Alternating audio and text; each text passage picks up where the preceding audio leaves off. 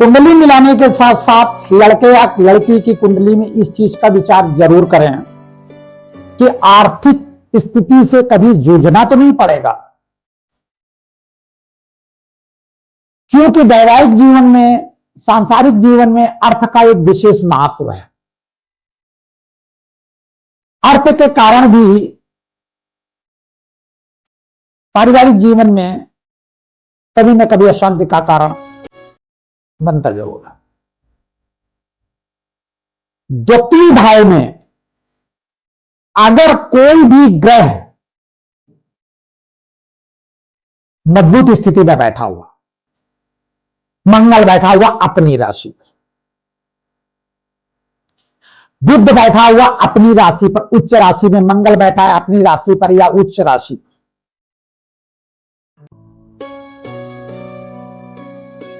शुक्र बैठा हुआ अपनी राशि अपनी उच्च राशि पर, सूर्य बैठा हुआ है अपनी राशि या अपनी उच्च राशि पर,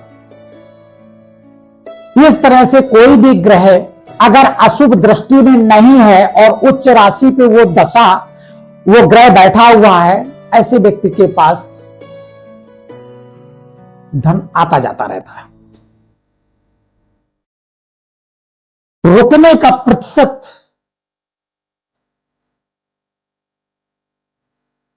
10 से 20% रहता है, ताकि 80% वो खर्चा कर डालता है। लेकिन एक विशेष बात और है, अगर कहीं सूर्य की राशि में राहु बैठ जाए तो अपनी कमाई तो सत्यानाश करता, परिवार की कमाई को भी डुबो देता है। ये भी ध्यान देने की जरूरत है। ने विवाह कर दिया ऐसे दबाव से कि राहु बैठा हुआ सिंह राशि में, कर्क राशि में, वृश्चिक या मेष राशि में, अब विवाह कर दिया, वो हमेशा धनहीन रहेगा, हमेशा भाषा शैली उसकी खराब होगी। अब ये भी मिलान में बहुत जरूरी है। बहुत सुंदर सी बात एक बता दें, अगर ये परिवार के भाव भी इतने ग्रह बैठे हैं इस तरह से, राहु या विच्छेदात्मक ग्रह, परिवार में विस्फोट जरूर होगा, बंटवारा जरूर हो जाएगा, तुरंत होगा। आपके आज के समय में सब जगह होता है, लेकिन यहां तुरंत होगा। लेकिन धन पर विचार हो रहा है, अभी वहां पर विचार नहीं करो, भटक जाओगे आप।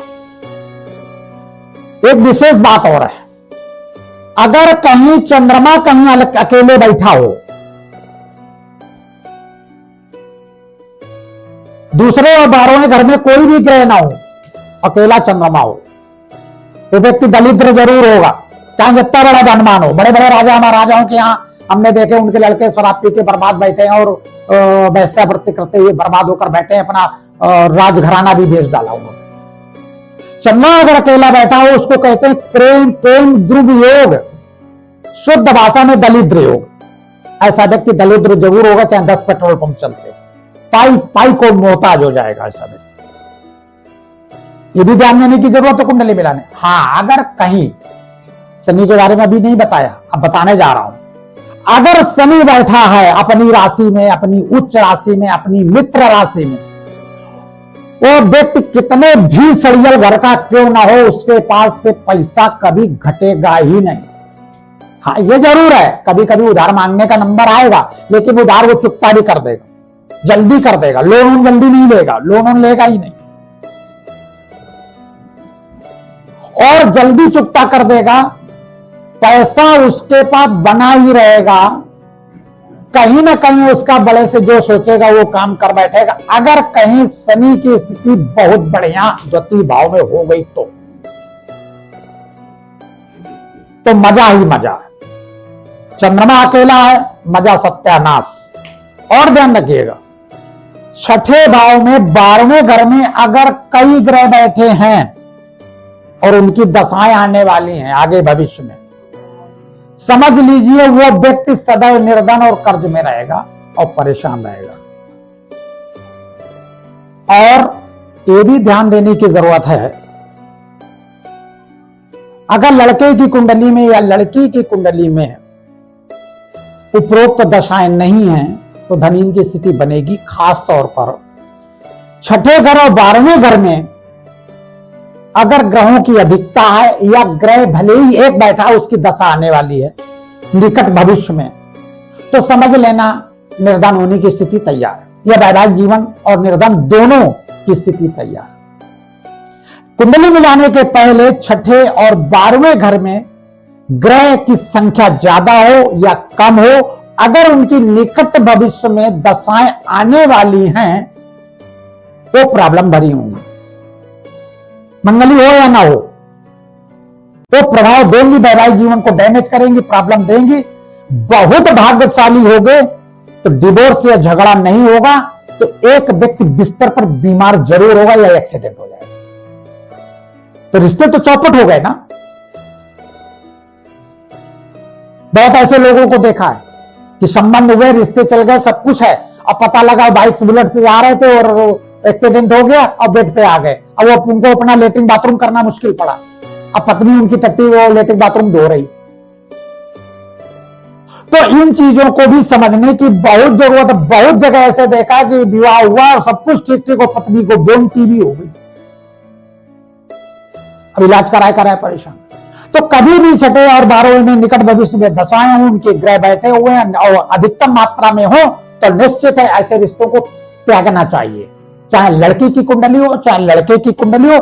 ये हमेशा याद रखो, अगर नहीं रखोगे तो भरोगे हो, ये मेरी गारंटी है। अगर तीसरे घर में मजबूत ग्रह बैठा है तो भाई आते ही या तो माता पिता से अलग हो जाएगी या एक आध कोई मर जाएंगे।